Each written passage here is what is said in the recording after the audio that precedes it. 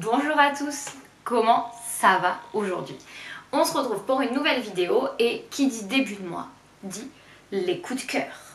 Aujourd'hui, j'ai décidé de me consacrer que à mes coups de cœur couture tricot. Voilà, j'ai décidé de...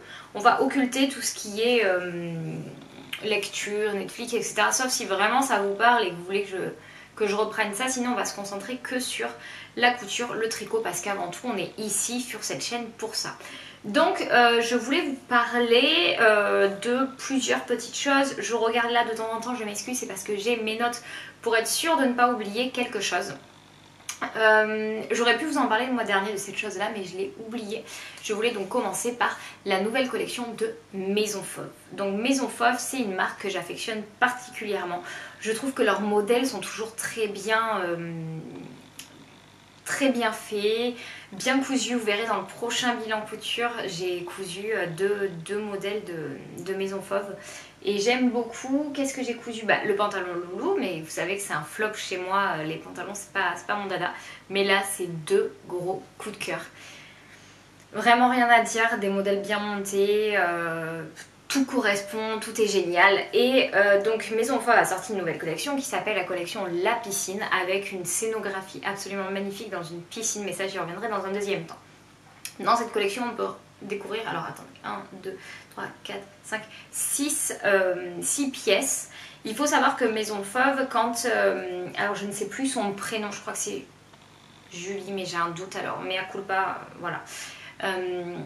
Elle conçoit la collection Maison Fauve vraiment comme une garde-robe et on peut jouer les pièces les unes avec les autres et c'est très sympa. Donc vous allez avoir la robe Transat, je trouve que c'est la parfaite robe de plage. Je vais vous mettre à chaque fois des petits inserts vidéo ici, des petits inserts photos je veux dire. C'est la parfaite robe de plage qui se noue au niveau de la taille, j'aime beaucoup.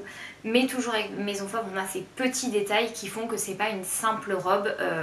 Voilà, j'aime beaucoup. Après il y a eu la robe au vol avec une petite ouverture comme ça, comme moi, une taille assez haute et une jupe un petit peu trapèzée. Il me semble qu'il y a des plis au niveau de la taille. Vous avez la veste nage libre qui est plus une veste dans l'esprit kimono je dirais, très carrée. Un peu comme un par-dessus qu'on mettrait par-dessus son maillot de bain en fait, tout simplement. Vous allez après avoir le top salto, je ne me rappelle plus comment il est. Vous avez également le short grand bain qui est un short ni trop large ni trop près du corps comme elle le décrit si bien. Et vous avez le pantalon tremplin qui est un pantalon cargo et que je trouve absolument magnifique. Vraiment, si je n'étais pas aussi nulle en pantalon, je le réaliserais. Mais je vous avoue que malgré avec mes déboires, j'hésite à chaque fois à me lancer dans les pantalons parce que j'ai toujours peur d'être déçue, de ne pas y arriver, de gâcher du tissu au final parce que les pantalons ne vont pas, ne sont pas saillants, etc. Donc je ne sais pas, il faudrait vraiment que je passe par l'étape de toile, mais vu que je n'ai pas énormément de temps pour coudre, je me dis oh, prends du temps pour une toile, mais après je sais que je serai contente. Bref, vous voyez dans ma tête ça chemine, ça chemine, ça chemine. Et au final je ne me lance jamais, donc il va falloir que je réfléchisse à ça. Et ma grosse découverte en fait c'est les podcasts Maison Fauve. Donc il faut savoir que à chaque collection que Maison Fauve sort, il y a un podcast qui est disponible sur YouTube. Je vous mettrai les liens dans la barre d'infos et notamment du dernier. Et peut-être dans le petit i ici si je peux, je sais pas trop. Mais voilà, je vous mettrai le lien du dernier podcast et je trouve ça ultra intéressant parce que c'est donc un podcast créatif où elle exprime pourquoi cette collection, comment elle l'a imaginée, tout le processus créatif qu'il y a derrière cette collection. Vraiment c'est hyper intéressant. Ça permet aussi de bien voir en détail les petits plis, les petites choses comme ça qu'on ne voit pas forcément sur les dessins techniques. Voilà, elle montre bien en détail. Elle montre voilà, pourquoi, qu'est-ce qui l'a inspiré aussi. Voilà, vraiment ce processus créatif que j'adore. Elle explique comment elle a eu l'idée de faire la piscine, de quelle iconographie elle s'est servie. J'ai regardé aussi celui sur la Movida Fauvista, j'ai mieux compris qu'est-ce qu'était la Movida Fauvista, pourquoi les couleurs, pourquoi ce choix de tissu, pourquoi telle coupe, les inspirations, bref, gros coup de cœur pour ce podcast, je pense que vous l'avez compris. Cela m'a fait redécouvrir des modèles de Maison Fauve sur lesquels je n'avais pas flashé au premier abord et que j'ai adoré au final. Et j'ai envie de faire, vous voyez par exemple le blouson Pilar ou ouais, why not, pourquoi pas, mais pas de gros crush. Et là maintenant que je l'ai vu, je me suis dit oh, il me faut un blouson Pilar, donc pas cette année clairement parce que j'aurai pas le temps, mais l'été prochain c'est vraiment quelque chose qui me tente. Voilà, ça permet vraiment de voir des détails, d'approfondir. J'ai également découvert que Maison Fauve avait un magazine qui sort je crois 2 fois dans l'année, une version à l'été et une version dans l'hiver, si je ne dis pas de bêtises. Et ça permet de découvrir leur univers, de découvrir quelque chose en particulier. Et il y a aussi un hack de patron, donc ça permet de toujours reprendre les patrons, de les refaire. Et je vous en parlerai notamment d'un dont j'ai un coup de cœur et je pense que je ferai. Mais ça, je vous en parlerai dans le bilan couture. Mais voilà, en gros, donc gros crush sur Maison Fauve, j'avais déjà adoré. J'ai 3 patrons pochettes de chez Maison Fauve et des patrons PDF. Mais c'est vraiment une marque sur laquelle il faut se pencher. Je suis sûre que vous pouvez faire de très belles découvertes avec Maison Fauve. Je tourne ma page parce que nous changeons de sujet. Nous allons parler d'une nouvelle collection également, mais de la nouvelle collection de Liz Taylor et notamment de la partie laine. Parce que je crois que de toute façon, la nouvelle collection est déjà sortie le mois dernier, mais j'ai pas eu de crush particulier dessus. Par contre, sur la laine, oui, c'est un grand oui. Liz Taylor nous sort une nouvelle base, la base Mérino Soie. Alléluia. Je trouve que c'est une base que j'aime beaucoup, mais où il n'y a pas tellement de choix. Je trouve que en laine, il nous manque vraiment des belles bases d'été. Alors, vous savez que je n'apprécie pas forcément, mais c'est vraiment personnel, les laines de teinturière indépendantes, tout simplement parce que je trouve que bah, voilà, il peut vite y avoir une différence entre les écheveaux et compagnie. Donc c'est pas forcément quelque chose que j'apprécie au demeurant. J'étais en train de vous parler de la laine Liz Taylor. Donc je vous disais que je trouvais que en laine on manquait de fil d'été. Je trouve qu'on a... Alors vous allez me dire chez Drop il y a une foultitude de coton, c'est vrai, mais je trouve que du tencel... alors moi j'aime la laine... J'aime la laine qui est très uniforme. J'aime que quand je fasse un pull, il soit uniforme. Il y en a qui sont fans des laines de teinturière. Moi, c'est pas mon truc. Et donc, quand j'ai vu que Liz Taylor sortait une base Mérino Soie, ça a fait ma joie parce que moi, je prends la Mérino Coton pour mes fils d'été chez Knitting for Olive et je prends mon... Comment ça s'appelle ? Je prends mon... Ah, je perds mes mots. Je prends ma soie aussi là-bas. Et donc, avoir du Mérino Soie, je trouve ça plutôt chouette. Donc c'est cool. Donc il y a 3 nouvelles couleurs, et qui vont s'appliquer aussi aux autres bases, hein, mais voilà.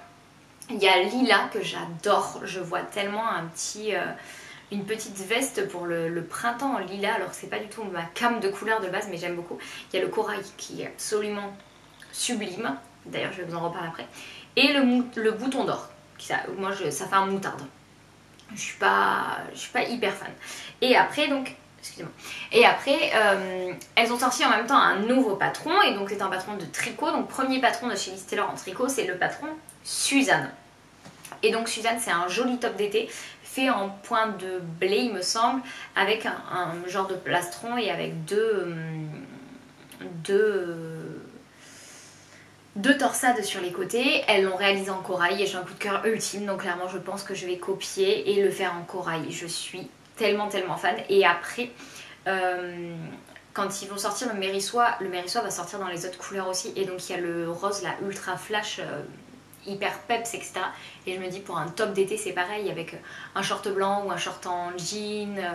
Vous voyez, aujourd'hui j'ai un jean mom délavé, et je me dis ben voilà, rentrer dedans, je pense que ça peut être ultra sympa pour l'été. Donc j'ai très hâte de voir ça et de pouvoir la toucher, etc. On va passer à une nouvelle catégorie. Donc là je vous ai parlé de mes coups de cœur, et je vais vous parler maintenant de ce que j'ai aimé sur Instagram. Il faut savoir que Instagram pour moi c'est vraiment la plateforme où je suis très souvent, et je regarde tout ce qui se passe et j'enregistre beaucoup de choses. Et donc je me suis dit que je vais prendre mes derniers coups de cœur du mois que j'ai enregistrés dans Instagram, et pourquoi et comment. Donc en premier je vais vous parler de Atelier, alors attendez, je regarde pour pas me tromper, Atelier Carmésie. C'est une couturière espagnole, elle fait des choses absolument magnifiques. Je suis tellement fan, c'est coloré, c'est féminin, vraiment j'adore son style et même si je porterai pas tout ce qu'elle porte, je suis vraiment très fan, c'est très joli. Et j'ai quelques coups de cœur, elle a notamment fait une version de Nice dans un fuchsia. Époustouflant. Donc j'ai enregistré plusieurs de ses posts, mais voilà, je voulais vous en parler. Je voulais également vous parler du pull Porcelain Sweater que j'ai découvert et je ne suis pas la seule à l'avoir découvert parce que j'ai échangé avec l'une d'entre vous sur Instagram au sujet de ce pull. C'est un pull blanc avec du jacquard bleu qui est absolument sublime. Bon, c'est pas du tout la saison, hein, c'est pour l'hiver prochain, mais je le trouve magnifique. Il fait vraiment pull montagnard, pull des années 80, voilà, je trouve ça trop canon. Et j'ai très envie de me le réaliser. Mais c'est avec justement cette personne, si tu passes par là, coucou. Mais on a eu un échange sur est-ce que on le porterait ou est-ce qu'on le porterait pas. Beau challenge à faire, mais est-ce qu'on le porterait ou pas. Et je me suis mis à imaginer des looks parce que moi je me dis si je tricote, que je mets du temps à tricoter une pièce ou à coudre une pièce, c'est forcément pour la porter. Et je me suis dit avec des bottes, le pull, un jean, rentrer dedans, ça peut lui donner un look tellement dingue. Donc je pense que je vais l'ajouter sur ma liste pour l'hiver prochain. Je voulais également vous parler d'un autre tricot, le chandail Herboristerie de Geneviève Desbois. Je l'avais découvert ici sur YouTube en me promenant, etc. Et je l'avais découvert en me promenant, oui. Elle est québécoise, canadienne, québécoise, j'ose pas trop dire de bêtises, mais quelque chose dans ce style-là. En tout cas, elle est au Canada, mais elle parle français. Avec un très bel accent que j'aime beaucoup et elle propose donc des patrons de tricot et elle a notamment sorti ce chandail avec un magnifique plastron avec de la dentelle et un col roulé, pareil pour l'hiver prochain.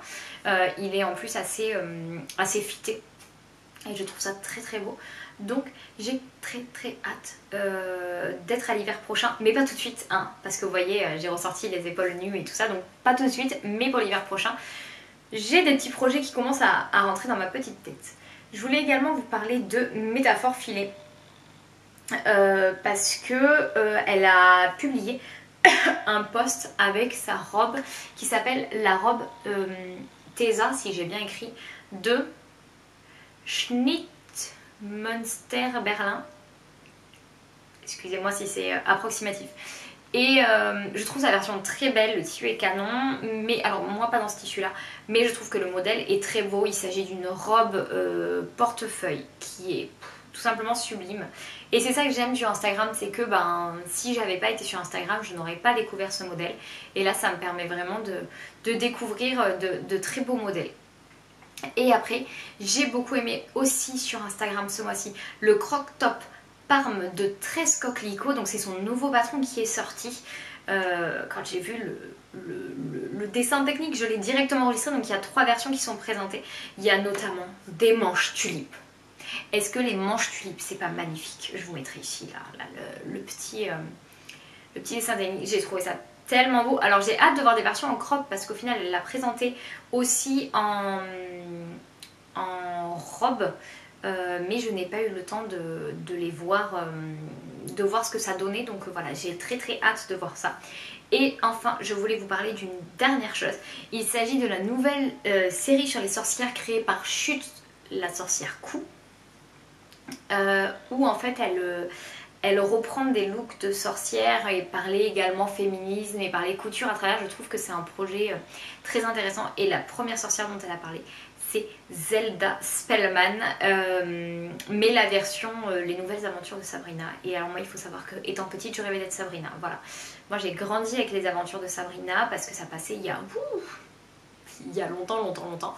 Et je regardais ça et j'étais absolument fan. Et donc il y a eu les Nouvelles Aventures de Sabrina sur Netflix. Je vous avoue que j'ai regardé les premières saisons, mais j'ai abandonné au fil du temps. Mais c'est vrai que le look de Zelda était toujours magnifique. Hélène nous a fait une version avec du léopard et je trouve ça génial de pouvoir reprendre des